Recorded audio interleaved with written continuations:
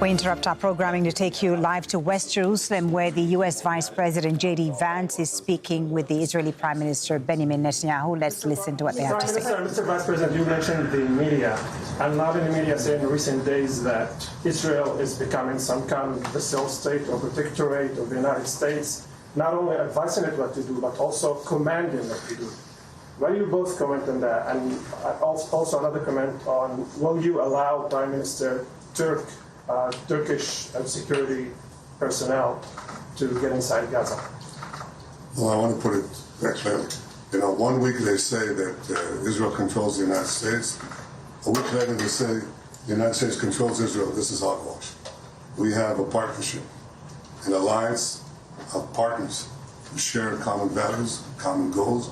We can have discussions, we can have disagreements here and there, but on the whole, I have to say that in the past year we've had agreement, not only on goals, but how to reach them. And I think we're pursuing them successfully. We've been able to do two things.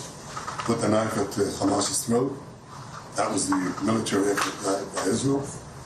And the other effort was to isolate Hamas in the Arab and Muslim world, which I think the president did brilliantly with his team. So those two things produced the hostages. Nobody believed we'd get them out. Mr. Prime Minister, will you allow Turkey to get inside? I think, let me quote the Vice President from yesterday. He said that I have very strong opinions on that. And he also said we have to do it with, Israel will be obviously decide together who does that. So I have very strong opinions about that. You want to guess what they are? Vice President, can you comment on whether Washington is directing Israel's decisions? I would address that. So, look, we don't want in Israel, we don't want a vassal state, and that's not what Israel is. We don't want a client state, and that's not what Israel is. We want a partnership. We want an ally here. And the president believes very strongly that if Israel honestly, with our Gulf Arab allies, can play a very positive leadership role in this region, to where, frankly, the United States can care less about the Middle East because our allies in the region are giving up and taking control and taking ownership of their area of the world. Now, that doesn't mean we don't have interests here. That doesn't mean we don't care about what happens here. But we actually see this as an opportunity to build on the Abraham Accords. I think this Gaza deal is a critical piece of unlocking the Abraham Accords. But what it could allow is an alliance structure in the Middle East that perseveres, that endures, and that allows the good people in this region of the world to step up and take ownership of their own backyard. That's in the United States' best interest. I happen to think that it's in Israel's best interest too. Vice President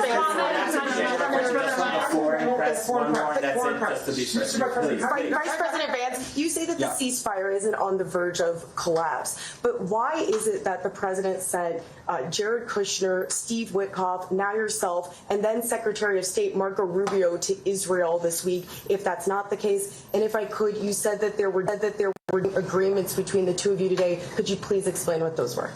Well, to answer your question, look, this thing takes monitoring, and it's going to take a lot of work. I was in the CMCC, which we opened up yesterday.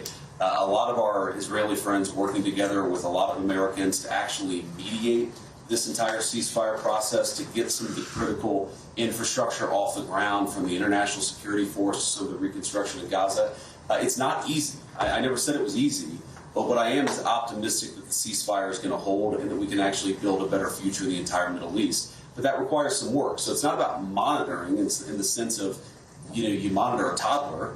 It's about monitoring in the sense that there's a lot of work, a lot of good people who are doing that work, and it's important for the principals of the administration to keep on ensuring that our people are doing what we need them to do. Mr. Vice President, how do you ensure... Do you have a comment on the foreign countries not willing to stand free of Hamas? Please let the Prime Minister answer the question. The first thing I'd say is, relative to the previous question, is that when it comes to Israel's security, we do what we have to do. That's always the case.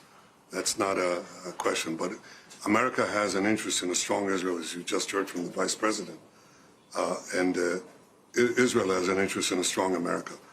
America has other interests in this region. Where we can be flexible to accommodate that, that's good, because a strong America is in our interest. And equally, as you just heard the Vice President say again, a strong Israel serves America's interests in stabilizing this very unstable region.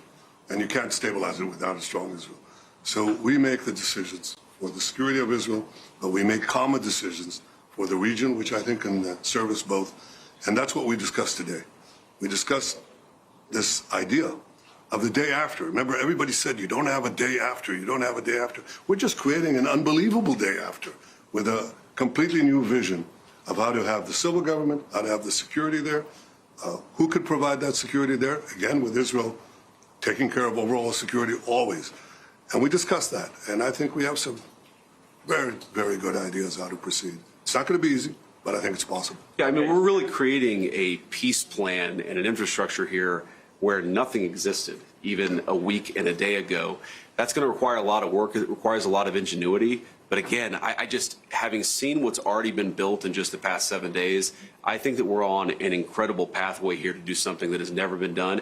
And I think, you've heard Steve Witkoff say this, you've heard the president, I believe, say this, that if we do this the right way, it could create a model, I think, that could lead to other peace agreements all over the world, because it shows what's possible when you're willing to think outside the box and actually put some elbow grease to get it done. Okay, thank you very much. Thank you. We're done. Thank you very much. Thank you. Thank you very much. Thank you, guys. We've been listening there to the U.S. Vice President JD Vance and the Israeli Prime Minister, who were speaking to reporters there in West Jerusalem after holding talks focused on the future of the ceasefire between Hamas and Israel. Washington, as you know, is seeking to preserve this tenuous ceasefire agreement in Gaza, which was announced by the Trump administration a few weeks ago. JD Vance, the U.S. Vice President, saying he's optimistic that the ceasefire agreement between Israel and Hamas will hold, but that it's going to take a lot of hard work. The U.S. Vice President and other U.S. officials are in Israel today to try and build momentum around the next phase of the ceasefire deal. Let's bring in Hamdah Salhut, who's in Jordan's capital, Amman, for more on this. Hamdah's there because the Israeli government has banned Al Jazeera from reporting in Israel and the occupied West Bank. We heard JD Vance sounding very optimistic there once again about this ceasefire holding, Hamdah. What's come out of his discussions with the Prime Minister of Israel and other Israeli officials, and how are they viewing this optimism?